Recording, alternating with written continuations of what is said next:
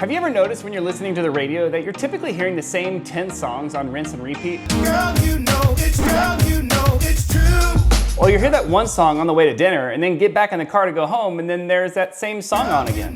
Or how about this? You're listening to one song that you're tired of because it's been ridiculously overplayed and you change a channel and there it is again. Same song, same time, different channel. Coincidence? I don't think so.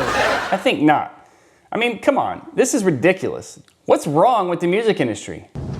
My first thought would be a lot. It's broken. Truth be told, it broke decades ago, and it's just been getting more and more broken as time goes on. But why is this? Well, if I had to sum it up with one answer, or maybe even just one word, it's none other than... greed, for lack of a better word. Oh, it's nasty. Is good. Is it? Here's where it started to fall apart. If we rewind, about 7 decades, you had this person, this job, this prestigious profession called the DJ. The DJ was your connection to the music world. You could tune in at home or in the car or at work, and that DJ was there to play good music, or even better, expose you to new good music. The DJ was the gatekeeper. They decided what got spins and what didn't. And if you're a new artist, you'd mail your demo to the station, they'd give it a listen, and if they liked it, they'd give it a spin. And then they'd wait for the phones to ring to determine how much their audience wanted to hear more of that music. Those were the good old days. But along the way, something happened. DJs figured out, hey, wait a minute, I have quite a bit of power here. If I play a song, it can launch an artist into stardom. And if I don't, no one will ever hear a peep out of them. Well, that's worth money, right? So then DJs decided, hey, if I'm gonna spin your record, you gotta sweeten the deal. Pay up. Enter payola, pay to play. See, record companies used to make major bucks off album sales. Not long ago, people used to actually buy music, like the whole album at once. I know, it sounds crazy. But if an album sold for like $10, after all the splits between the label, publishers, writers, producers, and whatevers, about $1 went to the artist, or the band. You sell 1 million albums, you get $1 million. Not too shabby. But there were 2 major problems simultaneously murdering the music industry. One, people slowly but surely stopped buying music, a trend ushered in by Napster in the year 2000. And labels and artists had to pay to get their music heard on the radio, something that had been going on for decades. So let's break down how it all went to Shakaka. Or how it went to Shawshank Redemption. Shish kebab. DJs in the 50s started requesting money and gifts. You want your new song heard? Well, we need a $20 handshake first, which quickly became a $1,000 handshake. This soon-to-be common pay-to-play framework became known as payola, and it was illegal, which is a good thing because those laws really put a stop to the practice. No, I don't think so. There are literally laws in place to stop payola, but the laws did and still do practically nothing. Once it became illegal to pay to play, record companies would provide off-book gifts to DJs to get their music heard. One DJ requested the record label to build him a pool at his house. Other DJs received gifts in the form of drugs, prostitutes, payments through third parties, and pretty much anything that you can think of that is other than one person handing another person actual cash for radio plays. And all that was illegal too. Music was big business. The multi-million-dollar industry eventually became a multi-billion-dollar industry. And like every other industry out there, you eventually get to the consolidation phase. So as the music business grew and the labels were paying radio stations all over the country their toll, as they called it, it was time for some good old-fashioned consolidation. I mean, if the DJ was the gatekeeper to new music being heard, being the true decision makers as to what artists would launch into stardom and what artists would return to asking, do you want fries with that? You want any fries with that? Why don't you just put something in place to control all the DJs? Well, companies began to buy up radio stations and consolidate them under one operational roof, thus controlling multiple radio stations in different markets. But there were laws against that too. Like back in the 80s and prior to, there were laws that prohibited one company from owning too many radio stations or too many in the same market. But thanks to lobbyists, those laws began to fade.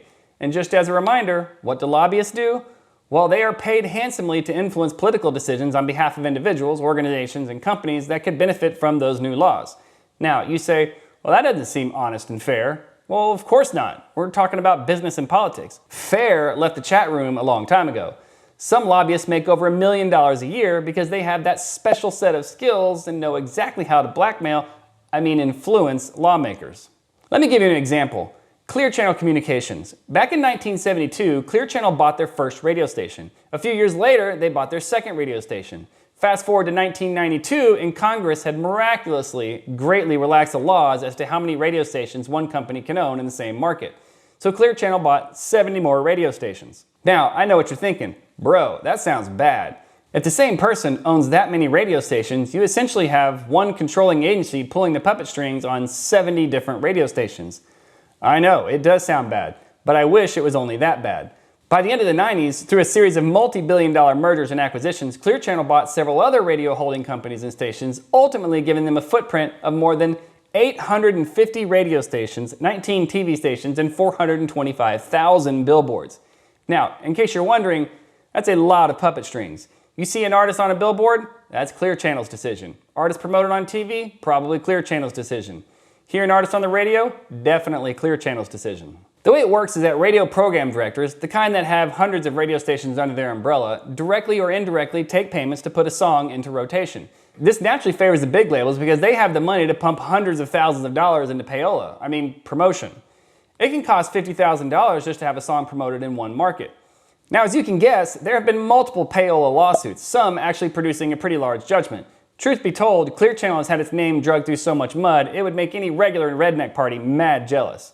And what do you do when your name suffers an insurmountable amount of damaging PR? You stop doing illegal things, right? No, you change your name. Ever heard of iHeartRadio? That's Clear Channel now. Same thing, same company, different name. So when you hear Satan, iHeartRadio, just think Satan. no, Clear Channel. It's all the same. You ever heard of Live Nation? Well, that was Clear Channel's live entertainment division. But they spun that off, kind of, and Live Nation then got in bed with Ticketmaster. If you were to ask me, hey, who's worse, Clear Channel, iHeartRadio, or Ticketmaster? I really don't think I could give you an answer. It's a tight race. But could you even imagine if live entertainment, virtually all radio stations, all venues, ticket sales, and dozens of media companies and hundreds of thousands of billboards and platforms were owned by the same person? Now that would be terrible. 1 second. What's that? One person owns pretty much everything I just said? I see. That's a shame. Meet John Malone. He owns basically everything. He's a billionaire, surprise, surprise, and apparently Al Gore refers to him as Darth Vader. He owns Liberty Media and has controlling stakes in iHeartRadio, Clear Channel, SiriusXM, Pandora, Live Nation, and Ticketmaster. So just a few small billion-dollar companies of no consequence whatsoever. Artists just love Ticketmaster. It's not true. That's impossible. This is extreme consolidation, one entity controlling from beginning to end the entire idea of a music career. Now, lucky for me, I live in the great state of Texas in the DFW area, and we have lots and lots of radio stations, so there's quite a bit of choice. We have 106.1 KISS FM, Star 102.1, 102.9 Now, then we have 97.1 The Eagle, Lone Star 92.5, we have the Black Information Network, we have a great 80s rock channel, and others I'm probably forgetting about. But you already know what I'm going to say, don't you? Of course you do, because you're smart and have been paying attention. iHeartMedia owns all of those. And when you hear the radio promoting a concert that's coming in town, they control the concert, Live Nation, the ticket sales, Ticketmaster, and the radio you're listening to. So basically, you're not hearing a single quarter note of popular music, live or otherwise, unless someone like John Malone or one of his minions says, I hereby authorize you to hear that piece of music. So what we know now is that DJs are on-air personalities. I'm not going to call them puppets because it takes a lot of talent to entertain, make us laugh, and keep people's attention on a radio show. But what they are not is disc jockeys. Music play decisions and radio playlists are not made at the DJ level. In fact, they're not even made at the station anymore. Since the same few companies own all the radio stations, Clear Channel, iHeart being the largest by far, those companies have program directors. Program directors are bribed, paid to decide which music will go into rotation, how often, and that word coming from one place is passed down to hundreds of radio stations all across the country. Payola doesn't go to the DJs anymore. It goes to media executives and program directors. Ever wonder how a brand new artist seems to come out of nowhere with a song on every station at the same time? See if you remember this one. Remember that one? Iggy Azalea's Fancy? It came out of nowhere and just blitzed the world as if it was some sort of coordinated military strike effort to attack the airways from every angle. And there's good reason for that. Clear Channel's program directors ordered 840 radio stations to play that song 150 times over a period of 6 weeks. And surprise, that song went on to rack up enough sales, spins, and streams to create over $9 million in revenue in a short time. That's how payola works at the highest level. Now, we've covered a lot, and I'm just heartbroken to tell you I've actually skipped a lot too, like the mob's involvement in the radio over the years. Before Clear Channel controlled the radio, the mob did. Not sure if the outcome is really any different, but you can look that stuff up. So people don't buy music anymore. Napster came along and nearly dealt a death blow to the record labels. Because through technology, things in the 2000s were just ripe for a shakeup. Fast forward past buying single songs on iTunes or your favorite Russian-owned MP3 site, and now we all basically just rent music. Well, we stream it, but legally we're renting it. Apps like Pandora are non-interactive streaming, and Spotify is interactive streaming. They produce different royalties based upon customer interaction. But the bottom line is, they produce Jack Squat! in terms of royalties for artists. Artists just don't make money on music anymore. It takes a zillion streams to produce a penny of earnings. This hurts the record labels bad. Instead of buying a $10 album from them, we're renting songs one stream at a time, and you have to stream a song for at least 30 seconds to trigger that royalty. Well, this changed the makeup of the record deal, which is another completely broken process, which I'll try to explain quickly. In the old days, the record label would award a good artist with, let's say, $1 million record deal. And that deal was to produce a set number of albums that they would record, produce, distribute, and sell. But what happens when distribution goes from hard goods to digital and sales go to, well, no sales, just streams? Record labels were dealt another, what should have been, death blow. Truly, these record labels have more lives than a Buddhist cat. So they evolved the record deal into the 360 deal. 360 meaning everything, which means now the record label gets a huge piece of the pie on not just music sales of an artist, but all merchandise, concerts, and basically anything you're doing as an artist to make money. Now, keep in mind that $1 million record deal is not $1 million. They woo the artist in with big dollar signs, but then through some legal sleight of hand and with all the leverage in the world, they pay practically nothing to the artist. That water bottle that someone drank while in the studio, that comes out of the $1 million. In fact, all the studio time does too. Hotels, travel, all the costs associated with living, writing, recording, and playing out, that all comes out of the record deal advance. It's a recoupable advance, not a paycheck. So the entire idea of a record deal is as shady as all get out. You can watch artists dish on their record deals for hours on end if you want. They are thick contracts that benefit the label, not the artist. Artists need to think of a record deal as a contracted investment. If a band signs a $1 million 3-album deal, all the costs associated with living, traveling, recording come out of that million, which is not all paid out up front. Everything down to the water you drink and the snacks you eat in the studio come out of that recoupable advance.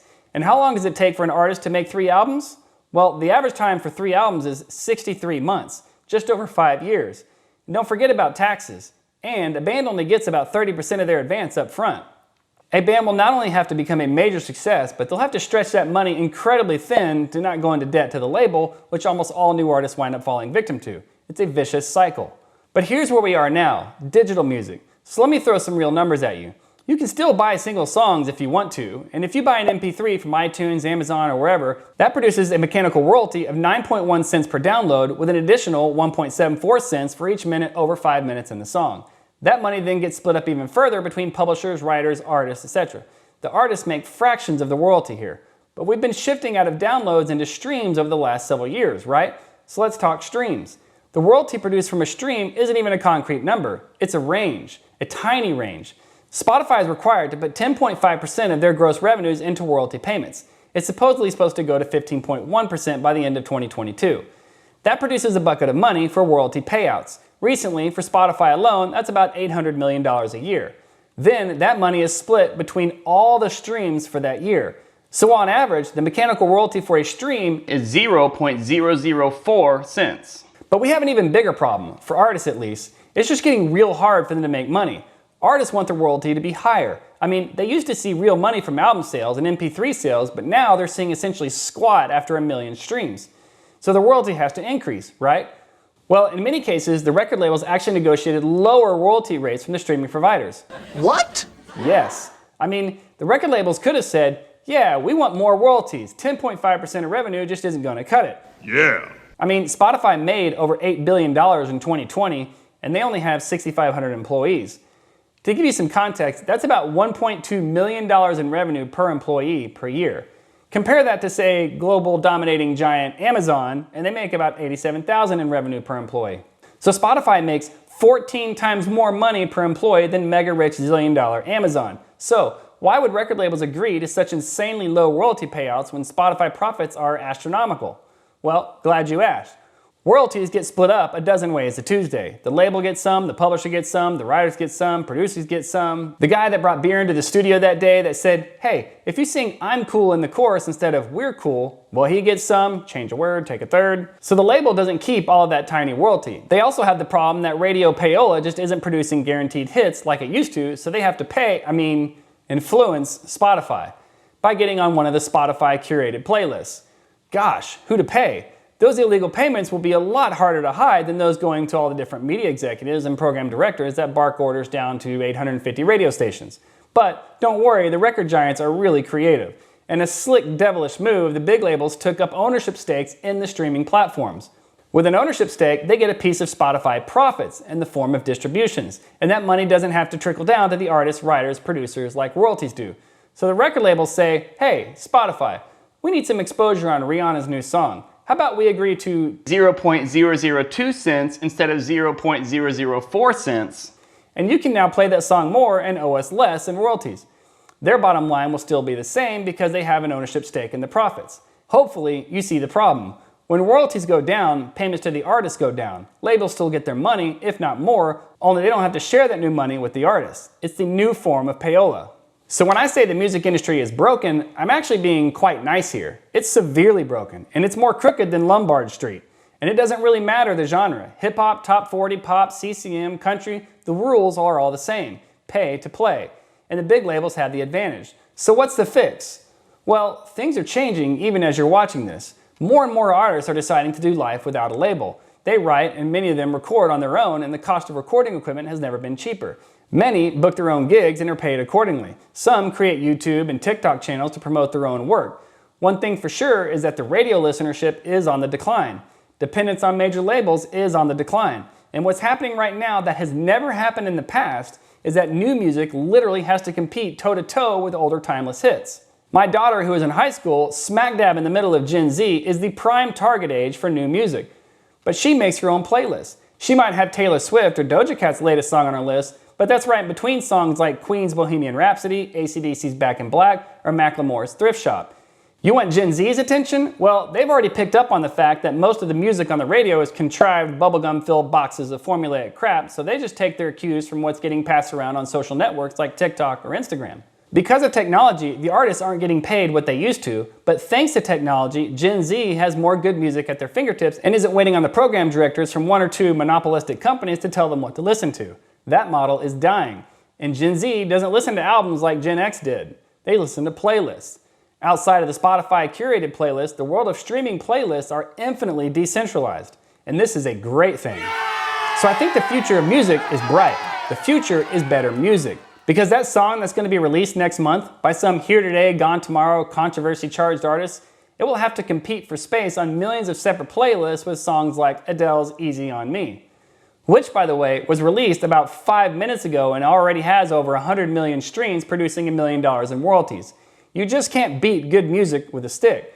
There are no shortcuts anymore, and that's a great thing. Want to make it in the music industry of the future? Write amazing music. That's all you have to do. Because your song won't just be competing with the barrage of weak releases over the last few months, it will have to compete with Queen's Bohemian Rhapsody or Eminem's Lose Yourself and whatever Adele decides to let the world hear. Let me close with this. When it comes to entertainment, music is the GOAT. Nothing exists without it. If you're walking around a store, they're playing music. In a restaurant, they're playing music. At a football game, there's music. Walking around Disney World, there's music. In a church, there's music. Watching that latest viral TikTok, there's music. Watching a movie, there's music. A score even.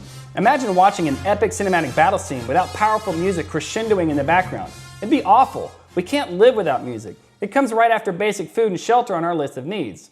A world without music is a terrible place, so please, keep singing, keep playing, keep writing, because there's nothing quite like good music. Hey, thanks for watching. If you like what you heard, give this video a like, subscribe, and ring that bell for me. Take care, y'all.